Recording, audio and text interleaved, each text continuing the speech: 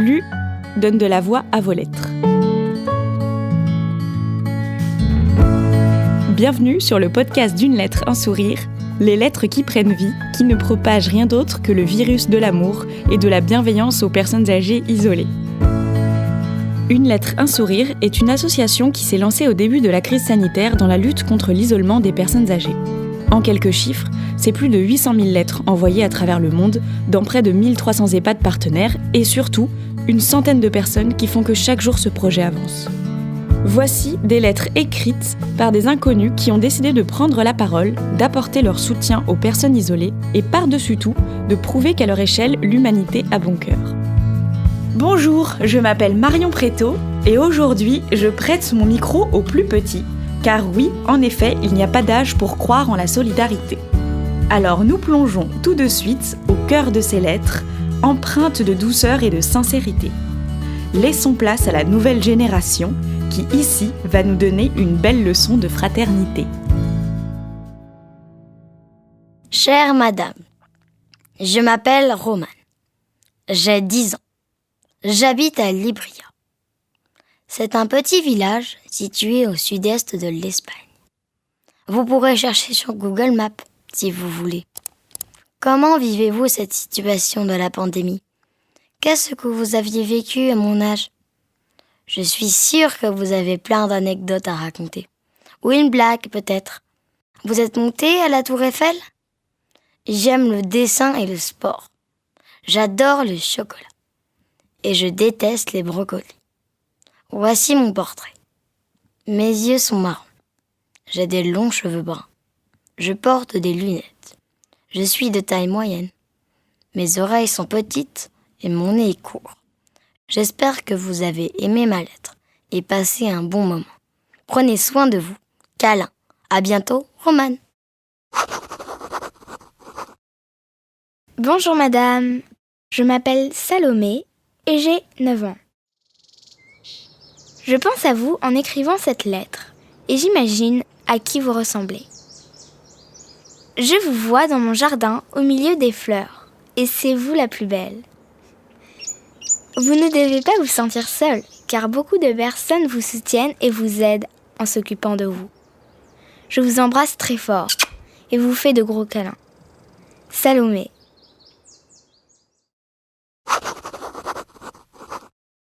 Bonjour madame, je m'appelle Maëlle, j'ai 10 ans. J'habite en France, dans un petit village qui se trouve dans le Cher. J'ai écrit ce poème. Le courage, ça prend avec l'âge. Le courage ne fait pas seulement dans les ouvrages, mais aussi dans les actes. L'ouvrage du courage est et restera l'ouvrage le plus sage. Aurons-nous toujours du courage ? Le courage est important. À tout âge, le courage est important. En amour, en amitié, pour toujours, nous devons être courageux. J'espère que mon poème vous a plu. Je l'avais écrit voilà quelques mois, mais je trouve qu'il est approprié pendant cette période. Si je vous ai écrit cette lettre, c'est que je voulais que vous passiez un bon moment en la lisant. Car je sais que nous passons une période difficile et que pour certains, c'est compliqué. Moi, j'ai de la chance, car je suis avec mon frère, mon papa et ma maman dans une maison avec un jardin. Et tout ce que je voulais dire, c'est qu'il faut être courageux. Et on surmontre ça ensemble. Je vous fais plein de bisous et portez-vous bien. Maëlle. Très cher monsieur, c'est dans cette lettre que je vous fais un câlin. C'est dans cette lettre que je vous fais plein de bisous. C'est dans cette lettre que je vous envoie des millions et des millions de trésors. Une cape et une épée pour vous armer. Un bouclier pour vous protéger. Des rires et des sourires pour être heureux. Des lunettes magiques pour voir la vie en rose. Un chapeau multicolore pour s'amuser. Et tout mon cœur pour vous envoyer de l'amour. Avec tout cela, tout ira. Elina. Bonjour madame, je m'appelle Stella. J'ai 9 ans. Depuis l'âge de 3 ans, je rêvais d'avoir un chien. À mes 7 ans, j'ai eu le plus beau des chiens. Il s'appelle Loki. Il est noir, blanc et marron. Il est très grand, il pèse 43 kilos. C'est un croisé entre un husky et un dog allemand. Il a de magnifiques yeux bleus. Mon animal de compagnie est aussi beau que têtu. Je vais vous raconter ce qu'il ferait s'il était invité dans votre résidence. Au petit matin, il irait dans votre chambre pour vous réveiller en vous donnant des coups de langue, ce qui n'est pas forcément très agréable au réveil. Puis, au moment du petit déjeuner, il serait assis devant vous pour attendre que vous fassiez tomber quelque chose pour le manger, car il est très gourmand. Lors de vos animations, Loki dormirait toute la matinée en s'installant tranquillement sur votre lit. Quand vous irez le promener, vous pourriez l'accrocher à un fauteuil roulant. Il pourrait vous tirer. Mais faites attention, vous risqueriez d'aller très vite et très loin. De plus, comme il est têtu, il tient de sa maman husky, vous risqueriez d'être de retour dans votre résidence seulement quand il l'aura décidé. Avant le dîner, cette petite bête à poil demanderait à aller sur vos genoux, afin de réclamer des caresses. Ils adorent ça. Mais surtout, ça lui permettra de jeter un petit coup d'œil sur la table pour voir s'il y aura quelque chose de bon à quémander. Quand vous irez vous coucher, il montera sur votre lit, s'allongera à côté de vous pour vous faire plein de câlins. Il tient très chaud. Pendant ce petit moment, vous pourrez tout lui raconter. Il est très attentif. Enfin, je crois surtout qu'il s'endort. Merci, je vous souhaite une bonne journée et bon courage pour la suite. Nous pensons à vous, Stella. Cher monsieur, nous ne nous connaissons pas, nous ne nous sommes jamais vus, et pourtant, je vous écris, car je trouve que tout le monde a besoin d'une dose d'amour quotidienne. Alors aujourd'hui, c'est moi qui vous apporte un peu d'amour et de réconfort dans cette lettre. Je suis sûre que vous êtes un homme bon et plein de sagesse. J'espère que vous êtes en bonne santé, surtout en cette période si compliquée. Je m'appelle Maï-Hélène, j'ai 16 ans et je suis au lycée. Je passe le bac. J'aimerais devenir psychomotricienne, équithérapeute ou psychologue. Ce qui est sûr, c'est que je veux aider les gens en difficulté. J'ai eu des problèmes de harcèlement dans le passé et j'aurais aimé qu'on m'aide comme je veux aider les autres. Je veux apporter un message d'espoir. Il ne faut jamais abandonner et s'accrocher à la moindre petite lueur d'espoir, car ça vaut le coup. Je voudrais aussi être comédienne ou actrice, car le théâtre est une de mes passions. Si vous voulez, vous pouvez retrouver certaines pièces dans lesquelles j'ai joué sur YouTube. Évidemment, le théâtre n'est pas la seule chose qui me passionne. J'aime de nombreuses choses, comme le dessin, l'équitation, je pratique ce sport depuis mes 4 ans, les animaux, la nature, la lecture, la musique et plein d'autres choses. J'essaye de profiter de la vie au maximum. Mon plus grand rêve est de faire le tour du monde et de parler plusieurs langues, en particulier l'allemand. Je trouve que l'Allemagne est l'un des plus beaux pays remplis d'histoire. L'anglais est la langue des signes, une langue qui me fascine et que je trouve importante. Je rêve aussi d'avoir beaucoup d'animaux plus tard. Un chat, un chien, un cheval, une chèvre, un furet, des poissons et des reptiles. Tous venant de refuges, pour pouvoir sauver plutôt qu'acheter. Je suis pleine d'ambition et je veux faire plein de choses dans ma vie. Je veux sauver le monde, même si ce n'est pas vraiment possible. Je peux faire de mon mieux pour le faire évoluer positivement. Merci d'avoir lu cette lettre. J'aurais aimé connaître votre histoire, qui vous êtes, car je suis sûre que vous avez vécu des aventures incroyables. Je vous envoie plein d'amour et surtout tout mon respect. Merci d'être la personne que vous êtes. Merci d'être là. Maï-Hélène. Très cher monsieur, je m'appelle Sarah et j'ai 14 ans, en classe de 4e. J'habite dans un petit lotissement, à Chamonix, au pied du Mont Blanc, dans la Haute-Savoie. Je vis avec mes parents. J'ai un petit frère âgé de 11 ans et un petit chat nommée Luna. J'aime écrire, dessiner, danser, mais surtout nager.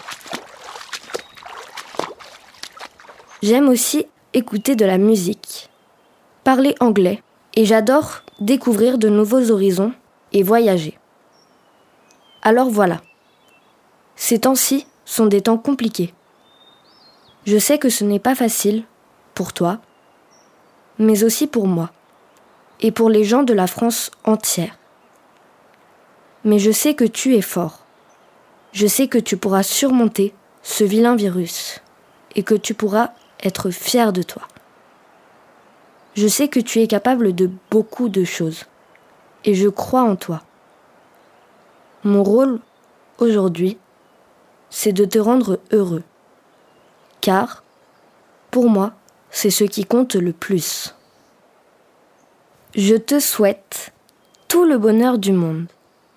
Je te souhaite d'être heureux, mais surtout, malgré les moments difficiles, de ne jamais baisser les bras. Fais ce dont tu as envie, sans oublier, souris à la vie, car elle est belle et si précieuse. Je te conseille aussi que si un jour tu n'as pas vraiment le moral, ce qui arrive à tout le monde, relis cette lettre et je te promets d'être à tes côtés. Tu te battras jusqu'au bout. Je pense très fort à toi. Prends soin de toi et à bientôt, je l'espère. Sarah. Chère madame, j'ai longtemps réfléchi à ce que je voulais vous envoyer. Quand on a vécu une vie aussi longue que la vôtre, j'imagine bien l'espèce d'indifférence qui peut vous habiter. Vous avez tellement vu, tellement senti, tellement compris, entendu, touché. C'est une richesse unique, la richesse de l'âge. Mais je suis convaincu que malgré cette richesse qui vous blase, je peux vous faire sourire. Un peu plus qu'à l'ordinaire. Mais qu'écrire ? Un mot, une phrase, quelques citations, ou bien une longue déclaration dont la lecture serait indigeste. Finalement, c'est assis à mon bureau que je me suis soudain dit « Il faut envoyer de l'amour. Beaucoup d'amour. » Alors, chère madame, je vais vous parler d'amour. Je vous écris alors même que je rentre d'une après-midi au parc avec une bande d'amis. Nous avons 15 ans, et comme il est de coutume à ces âges intrépides, nous tombons amoureux. Parmi la bande d'amis dont je vous parle, je ne m'attarderai que sur une seule personne, la seule qui compte vraiment à mes yeux. Elle s'appelle Lily, et je l'aime. Pour vous en faire une rapide description, c'est une jeune fille, brune, à la peau mate, et aux yeux si sombres et profonds que tous les soleils y viennent s'y mirer. Son rire chante, et je ne me lasse pas de sa voix, que j'entends dans tous les bruits du monde. Son sourire rayonne dans mon cœur, rendant, je le crois, le ciel jaloux. Cet après-midi, j'ai donc pu la voir, me sentir bien, tout simplement. Ressentir l'amour dans le fond de son estomac. Ça doit faire partie des choses les plus incroyables qu'on peut connaître, je pense. Ensuite, en début de soirée, alors que nous rentrions du parc, quand le soleil tombait derrière l'horizon urbain, on a marché. On parlait peu, on se regardait beaucoup. Finalement, on s'est assis sur un banc, à la lumière jaune d'un lampadaire, et on a discuté de tout et de rien pendant d'éternelles minutes. Avant de nous séparer, je lui ai offert un cadeau. Nous nous étions vus pour son anniversaire. C'était une bague. Elle m'a souri, je lui ai souri. Sans un mot, nous nous étions compris. Je suis rentré chez moi en me disant que l'amour, c'était bien et qu'il fallait le partager. Finalement, malgré l'éloignement de votre temps et du mien, C'est peut-être la seule chose ayant subsisté. Et c'est tant mieux. Je pense que tout le monde devrait être amoureux. J'imagine bien que vous avez dû l'être vous aussi. Et j'aimerais que cette lettre vous rappelle un peu vos amours passés. Pas les séparations, les disputes ou les pertes. Seulement l'amour. Le regard de cet autre qui était tout pour vous. Cette étreinte rassurante. Dans ces moments où tout l'univers semble tout entier peser sur vos épaules. Ce sentiment profond qui vous habitait quand vous l'aperceviez au coin d'une rue ou dans l'entrebâillement d'une porte. Je pense que si vous vous concentrez uniquement sur l'amour, vous devriez sourire. J'espère que vous me répondrez, chère madame. À vrai dire, je serais heureux de savoir si l'amour vous a fait du bien à vous aussi. Bien à vous. Gaspard. Bisous madame, bisous monsieur. Romane, Salomé, Maëlle, Elina, Stella, Mayalène, Sarah et Gaspard, merci beaucoup pour vos lectures. Et merci à vous, tous les auteurs de l'ombre, pour vos jolies lettres.